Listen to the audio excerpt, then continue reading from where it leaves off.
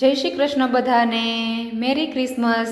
અત્યારે છે ને અમારા મેરી બેન હજી સૂતા હતા, 11 થઈ ગયા હતા ને હજી સૂતી હતી. એ સૂતી છે ને ચાલ પેલા રસોઈ બનાવી નાખીએ ને આજે છે ને ચણાની દાળ બનાવવાની હતી ને એ પણ ઇઝી રીતથી, બાફવાની કંઈ ઝંઝટ વગર, એટલે છે ને ડાયરેક્ટ આજે બનાવવાની હતી. મેં પહેલી વાર ટ્રાય કરું છું અને એક તો 2 જણા હોય ને થોડીક એવી કરવાની, એમાં મેં કીધું છે ને માથાકૂટો પારને, એટલે મેં તો આવી રીતે આજ પહેલી વાર ટ્રાય કરું. મેં તો ટેસ્ટમાં કેવી બને છે ને એ જોઈએ તો એનો સરસ મજાનો છે ને વઘાર કરીને રાખી દીધો.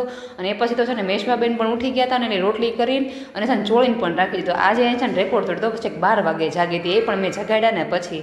અને એને તો છે ને જમવામાં પણ બહુ મજા આવી ગઈ મેશવાને તો. એ પછી તો બધું કામ પતાવીને મારે છે ને માંડવી ફોલવાની હતી અને આમે મેશવા કાંઈ અત્યારે સુવાની હતી નહીં, કેમ કે સુવાટાણે તો એ ઉઠી હતી. એટલે જો હું ને મેશવા છે ને બે ફળિયામાં આવી ગયા હતા, માંડવીનો ઢગલો કરીને જો બેસી ગયા હતા. અને હું ગમે એ કામ કરું અને મેશવા એમાં હાથ ન બટાવે એવું તો કાંઈ બને જ નહીં.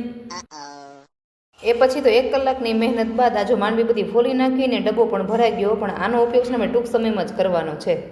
એ પછી શાકભાજી લઈને પાણી ઘટી ગયું હતું, એટલે જો પાણીપુરી ખાઈ લીધી અને ઘરે આવીને છે ને રીંગણા બટાના શાકનો સરસ મજાનો જો વઘાર કરી નાખ્યો. કે મેં પાણીપુરી આપણે ગમે ખાઈએ પણ શાક રોટલા વગર તો કંઈ હાલશે જ નહીં. જોકે અમારે તો હાલે પણ મેશવાબેનને ન હાલે.